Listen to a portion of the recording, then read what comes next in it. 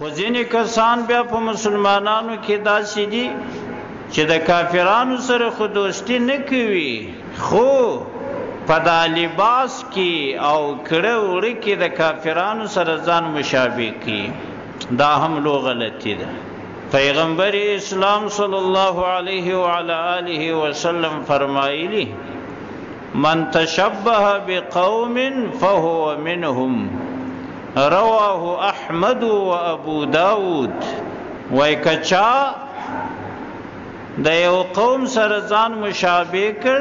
من تشبه بقوم فهو منهم، ځان یې د یو قوم سره په چی کې مشابه کی، په لباس کې، لباس یې د هغه خلکو واغوستی، او په نورو کارو کې، اعمالو کې، په اخلاقو کې، په حرکاتو سکناتو کې، نو بیا دا سړی د هغه قوم سره بلل کېږي. حتی که یو سړی د مثال په ډول د کافرانو سره په اخلاقو اعمالو کې ځان مشابه کی، بیا خو بیخي د هغې ډلې سسو.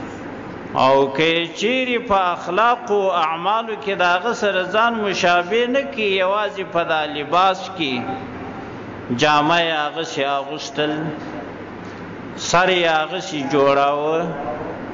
دا خپل کړه وړه دا یې د کافرانو پر طرز جوړول، او دا خپل حرکات و سکنات، ناست ولاړه، دا خپلې خبرې دا یې د هغو پر طرز کولې،